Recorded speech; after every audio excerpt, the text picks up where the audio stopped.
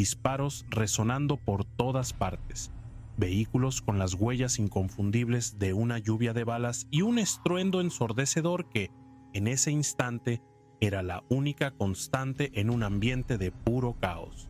Aunque la acción parecía sacada de un guión de Hollywood, aquí no hubo pausas para descansar ni dobles de riesgo que protegieran a los verdaderos protagonistas. Este topón, como se le conoce en el argot local, no es ninguna novedad en Sinaloa, pero dejó en claro dos cosas fundamentales. Primero, que los chapitos no están dispuestos a ceder ni un milímetro de su dominio sin ofrecer resistencia. Su capacidad de respuesta y coordinación fue casi inmediata, demostrando una vez más que no operan de manera improvisada, sino como una maquinaria perfectamente sincronizada. Y segundo, que los operativos encabezados por García Harfuch no son simplemente un desfile de unidades blindadas, sino que están hiriendo puntos neurálgicos dentro del mapa del narcotráfico. A pesar del violento episodio, las fuerzas de seguridad lograron retirarse tras cumplir su misión. Claro, no sin sufrir consecuencias. Vehículos perforados como si fueran queso suizo y una tensión palpable que seguramente sigue acompañando a los elementos en cada incursión en estas zonas. Bajas significativas, según el discurso oficial, ninguna. Aunque las imágenes de los vehículos destrozados cuentan otra historia. Lo cierto es que el mensaje quedó más que claro para ambos bandos. Esto no es un juego y nadie está dispuesto a retroceder. Por su parte, Archibaldo Guzmán, conocido por ser un estratega astuto, seguramente tomó nota de lo sucedido. Para él, este episodio no es solo un enfrentamiento más, sino una advertencia de que la disputa por el control del territorio no se libra únicamente en el campo de batalla, sino también en movimientos calculados y tácticas encubiertas. Cada operativo de las autoridades es un desafío directo a su liderazgo que no se fundamenta en el valor, sino en la habilidad de manipular y moverse entre las sombras. Y si hay algo que caracteriza a los chapitos, es que no suelen dejar pasar este tipo de afrentas sin respuesta. Más allá de este choque específico, lo ocurrido también nos ofrece una visión más amplia sobre la dinámica de poder en Sinaloa. Mientras el gobierno intenta recuperar el control de una región donde, por décadas, los cárteles han sido la verdadera autoridad, enfrentarse a un grupo con semejante capacidad de respuesta es como tratar de apagar un incendio con gasolina. Cada paso que se da parece generar una reacción aún más violenta, y mientras estas dos fuerzas chocan, ¿dónde queda la población? Como siempre, atrapada en medio del fuego cruzado. Los habitantes de las comunidades cercanas no solo tuvieron que soportar el sonido de las balas y el miedo de convertirse en víctimas colaterales, sino que también deben enfrentarse a la dura realidad de vivir en una zona donde la seguridad es más una ilusión que una certeza. Porque al final del día, cuando los vehículos blindados se retiran, los cárteles siguen ahí, dejando claro quién manda realmente. Este enfrentamiento no es un hecho aislado, sino una pieza más dentro de un relato mayor que se desarrolla no solo en Sinaloa, sino en varias regiones del país. En México, el narcotráfico sigue siendo el villano omnipresente en la historia, y aunque los operativos gubernamentales puedan registrar algunas victorias ocasionales, la guerra en sí está lejos de llegar a su fin. El eco del fuego cruzado en Sinaloa no solo deja casquillos esparcidos en el pavimento, sino también una estela de miedo y desesperanza entre la población. En este conflicto, mientras las fuerzas de seguridad y los chapitos se disputan el control del territorio, los habitantes locales se enfrentan a una situación que parece una broma de mal gusto sin un final claro. Imagínate ser un campesino en una comunidad cercana al lugar del enfrentamiento. Sales por la mañana a revisar tus cultivos y, en lugar del canto de los pájaros, lo que escuchas es una ráfaga de disparos. Y lo peor es que, aunque logres sobrevivir el día, la noche no te garantiza tranquilidad. En estas regiones, el fuego cruzado no es una metáfora, sino una amenaza constante. Pero no nos equivoquemos, el problema no es solo la violencia en sí, sino la incertidumbre que deja tras de sí. Porque cuando el convoy de las fuerzas especiales se marcha, el control de la zona no pasa a manos del Estado, sino que regresa a los mismos grupos criminales que, como administradores del terror, se encargan de recordar a todos quién sigue gobernando. Los enfrentamientos pueden terminar, pero el miedo permanece, mientras la población intenta seguir con su vida cotidiana, consciente de que la violencia es una sombra que nunca se disipa por completo. Porque, aunque los titulares anuncien operativos exitosos y decomisos millonarios, la realidad en las calles cuenta una historia distinta. Para quienes habitan estas zonas de conflicto, el narcotráfico no es solo una organización criminal, sino una estructura paralela de poder que impone sus propias reglas, castigos y métodos de control. El gobierno insiste en que su estrategia avanza, pero los hechos demuestran que cada victoria es efímera. Cada decomiso, cada captura de un líder importante, es respondido con un reacomodo de fuerzas que solo desplaza el problema en lugar de erradicarlo. Es un ciclo interminable en el que la violencia se recicla, adaptándose a los nuevos desafíos, mientras la población sigue siendo el daño colateral. Los enfrentamientos en Sinaloa y Chihuahua no son incidentes aislados, son parte de una guerra silenciosa que se libra en distintos puntos del país, donde el Estado y el crimen organizado disputan no solo el territorio, sino el control sobre la narrativa del poder. En algunos casos, el mensaje del narco es más claro y contundente que el de las propias autoridades. Aquí seguimos y no nos vamos. El operativo en la carretera rural, que parecía una ofensiva sorpresiva, terminó revelando la capacidad de respuesta inmediata de los cárteles. No es casualidad que grupos armados aparezcan en cuestión de minutos, listos para defender su territorio con una logística envidiable. Mientras tanto, las fuerzas de seguridad deben lidiar con limitaciones de recursos, burocracia y protocolos que muchas veces les impiden reaccionar con la misma rapidez. A pesar de los esfuerzos por desmantelar las estructuras criminales, la influencia de los cárteles sigue presente en todos los niveles de la sociedad. No solo controlan el tráfico de drogas, sino que han infiltrado sectores clave, desde policías locales hasta funcionarios que por miedo o corrupción terminan siendo piezas dentro de su maquinaria. Es una guerra en la que los límites entre buenos y malos se difuminan, y donde la lealtad muchas veces depende de quién ofrece más seguridad, dinero o simplemente la posibilidad de seguir con vida. El caso de Sinaloa es particularmente simbólico porque representa el epicentro del narcotráfico en México. Aquí nacieron los líderes más icónicos de esta guerra, y aquí se han escrito algunos de los capítulos más cruentos.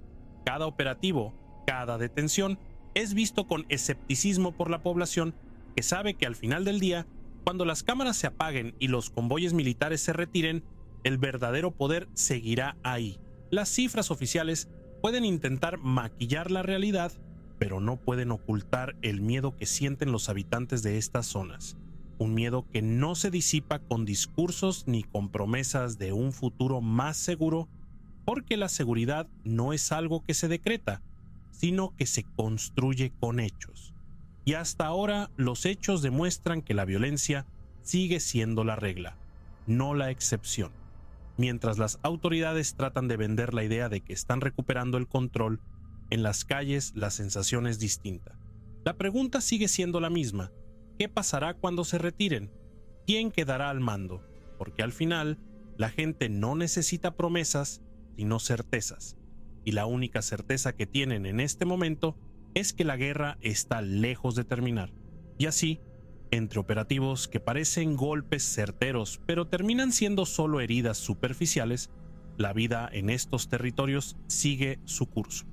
La violencia no se detiene, solo se transforma. Y la población, esa que nunca pidió estar en medio de esta guerra, sigue esperando el día en que la paz deje de ser un lujo inalcanzable y se convierta en una realidad. Pero hasta que ese día llegue, Sinaloa, Chihuahua y muchos otros estados seguirán siendo escenarios de una guerra que no distingue entre culpables e inocentes. Y mientras el Estado y el crimen organizado sigan disputándose el control, la gente seguirá atrapada en el fuego cruzado. viviendo en un país donde la violencia no es la excepción, sino el pan de cada día. La normalización de la violencia en estas regiones ha provocado que generaciones enteras crezcan con una percepción distorsionada de la realidad. Para muchos jóvenes, el narcotráfico no es solo un problema, sino una opción de vida. En un entorno donde las oportunidades son escasas y el miedo se ha convertido en un compañero diario, la lealtad a los cárteles no siempre nace de la ambición, sino de la necesidad de sobrevivir. Las historias de adolescentes reclutados por estas organizaciones se repiten una y otra vez. En muchos casos, las opciones son limitadas: trabajar en el campo por un salario miserable, emigrar a Estados Unidos con la incertidumbre de ser deportado, o unirse a los cárteles con la promesa de dinero fácil y respeto. En este último escenario, el poder se obtiene con rapidez, pero la vida se acorta con la misma velocidad. El gobierno ha intentado implementar estrategias de prevención, pero la realidad es que los programas sociales son insuficientes cuando el crimen organizado ofrece más seguridad económica que el propio Estado. Para los jóvenes que crecen en estos ambientes, el mensaje es claro: el narco puede darles lo que el sistema les ha negado. La falta de oportunidades no es el único factor que perpetúa esta situación. La corrupción dentro de las instituciones de seguridad y justicia permite que los cárteles operen con relativa impunidad. No es raro escuchar historias de oficiales que avisan a los criminales sobre operativos inminentes, o de jueces que bajo presión o soborno liberan a delincuentes apenas días después de haber sido capturados. En este contexto, la población ha aprendido a moverse con cautela. No hacen preguntas innecesarias, evitan ciertos lugares después de determinada hora y saben que en muchos casos la única opción es guardar silencio, porque hablar demasiado puede costarles la vida. Las desapariciones forzadas son otra cara de esta violencia sistemática. Decenas de personas desaparecen cada mes en estas regiones, muchas veces sin dejar rastro. Las autoridades suelen minimizar el problema, argumentando que muchas de estas víctimas estaban involucradas con el crimen organizado. Pero las familias de los desaparecidos cuentan una historia diferente. En muchas ocasiones, sus seres queridos eran inocentes, atrapados en el fuego cruzado o castigados por estar en el lugar equivocado en el momento equivocado. Las madres buscadoras han tomado el papel que el Estado ha dejado vacío. Con palas y varillas, recorren el desierto y las montañas en busca de fosas clandestinas, esperando encontrar los restos de sus hijos para al menos darles un entierro digno. Su lucha es un recordatorio doloroso de la impunidad que impera en el país y de la falta de respuestas de un gobierno que, en muchos casos, prefiere ignorarlas. A pesar de todo, la vida sigue su curso en estos territorios.